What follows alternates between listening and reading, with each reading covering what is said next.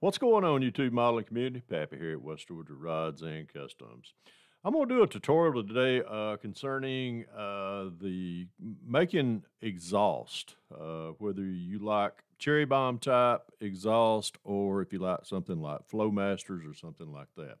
I had promised Brian over at Got Fuels Model Car Garage a while back that I would do a tutorial on this, and I kind of got called out on it on the 10 questions with him and Mark and Matthew. So I figured to no avail. I'm at the point of the 69 Camaro build that I'm doing right now for the Street Machine group build that's hosted by Jason over there at Blue Ox Models. That now that everything is pretty much well going together, got everything fitting, it's time for me to fabricate some of my exhaust. As far as I do everything from the headers all the way back are all going to be scratch built. I don't actually, and I probably wished I would later on, start doing some 3D printing on some of this type exhaust. But hey, when you got some of the you got the stuff in the shop to do it with, better to just go ahead and if you can make it look look the part, build it. And that's the way I look at it. Some of the things that I've got here on the bench is what's going to be involved in fabricating a set of cherry bomb type, which that is what these are right here. Let me grab both of these. And these are some that I've already fabbed up. These are little bitty cherry bomb type. And I'll show y'all how to make these as well as the Flowmaster type that I've got right here. So these turn out very well each time. And I'll show you also how to, once you get everything as far as on the car, you get the engine in and you want to make you a set of Flowmasters or the cherry bomb type.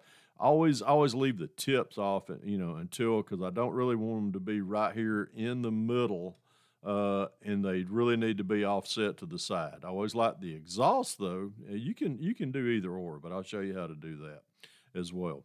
But here, these are pretty much everything that you need to fabricate these. If you're doing the cherry bomb type, which this is what I'm on. It only takes 2 pieces of styrene to make these. This is item number 224 from the Evergreen Scale styrene selection, and this is 1/8 diameter tubing, which is 0.125, and the other size is item number 226. It's 3/16 or 188 diameter. So this is what you'll need to make these, and I'm going to set all this out of the side because I'm kind of limited on space. The other things, the other list of items that you'll need, and if you want to make these type, dropped that one. And if you want to make the Flowmaster type, all you're going to need is this right here, which is just a kind of a chunk of styrene. And this is something, forgive me, I've only got this in this size right here, but really the thickness is what I'm after right here. You can cut them to size once you need, for whatever you need. And I'll show you what sizes I cut all mine to. But this right here is, and it's the long strip of it. But this is item number 395, which is, really, they got it that broke down in millimeters, but it's 0.125 and it's 3/4 wide this way. But the 125 is thickness is what I'm after right here. So this is one of the things, that's what you'll need. I've got the K&S tubing, and I'll tell you what I do with it here just in a minute, but I'm going to set that to the side as well. That way we've got stuff here on the bench. Tool selection that you would need. This is what I like to do. I always have a good machinist rule, just a little pocket ruler, but I call it a machinist rule because that's what they generally are. I always have that handy. A good sharp, fine-bladed razor saw. I use the a miter box, a little miter box right here that I use to cut everything to length. And I usually have a good sharp number 11 blade in the X-Acto knife. Also, a sharp, a good sharp pointed pencil, and I've usually got some sanding sticks right here, which is just the good 320 grit and some 80 grit. That way, it takes everything down pretty fast, and you can kind of fine tune it with the 320 once it's to the shape you want. All right, moving forward, here's what we do. Let me get everything out of the way. I told you that I would provide you with some links and stuff. So here's what we do. We take that 125 stock. I'm gonna show you how to make the Flowmaster types right here. And here's what we do. We just basically, and I told you, after all I'm after is just the thickness right here of 120, 0.125 thickness, and that's a pretty good scale to use on thickness of the muffler itself. I cut these somewhere around 9/16 in length right here. So if you can see right there, that's the length, and then I'm going to cut it right at about 5, close to 6. Yeah, right at about 6/16. So that way, and you have to make a couple of cuts. Once you get those cuts made on the miter, that's what I do. Is I usually just cut it to whatever length I want, cut it this way, get it to length, and then I'll square it up, cut it to whatever the width was I just said, and go with it from there. I'll take some thin sheets of some of the thin, I think it's point 20 thin styrene strips, and these are just a little bit longer than the actual width of them. So you'll cut you 2 of those, and these will be just a little bit taller than the actual height of the muffler, which is what again? 0.125. You'll cut 2 of those. And but the first thing once you get them cut is I take the 80 grit, and I will round these edges over just like this. That way you kind of get it uniform all the way around on all 4 corners of this right here. Once you get that rounded over, take you some and I like to use I'll take the Tamiya thick stuff or the Tamiya thin, either one, and glue these ends on right here. Once I get them glued on, set them to the side, let them dry. Once they get dry, that's where I would take and I'm going to use you can tell what I've done right here. You're leaving that edge, that lip of the edge, just up over the top of that just a little bit. You want it flat across right here, but you leave that edge just barely sticking up right there with a little bit of reveal. Then you'll take and you'll file those edges down and just kind of round them over a little bit, just leaving them exposed a little bit. Once you do that, flip it over, do the other side like that, and there you go. You've got a very good-looking Flowmaster muffler, and then duplicate another one, and then you've got 2. I've still got to do this one right here, but I kind of wanted to do it off camera first, but show y'all the layout and what to do. And then you'll have a great piece right there. Now, we were talking about where the and let me grab the Camaro right here. We've got this far into the build, and I'm gonna show you. I ain't got the engine glued in yet.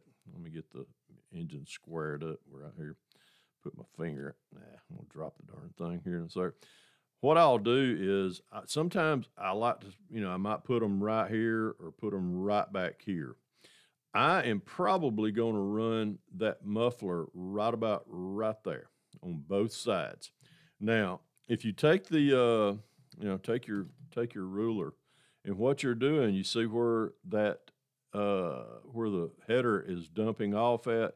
You'll take a measurement right there, and then you'll take some of that K&S tubing, and you'll connect it to that muffler right there, which it will be offset here, and it will be done the same way right there. So it will be an offset right here. You don't want to obstruct over where the drive shaft is going to be at, but you'll do that. I always like to cut I'll do all my measuring right in between here, and I'll take that K&S tubing and I'll run my tubes right along here. And I always like for them to interconnect to the muffler itself. I usually do a little drill. I'll take one of the small drills and drill in right here and take some of that K&S tubing, and I'll show that here just in a second.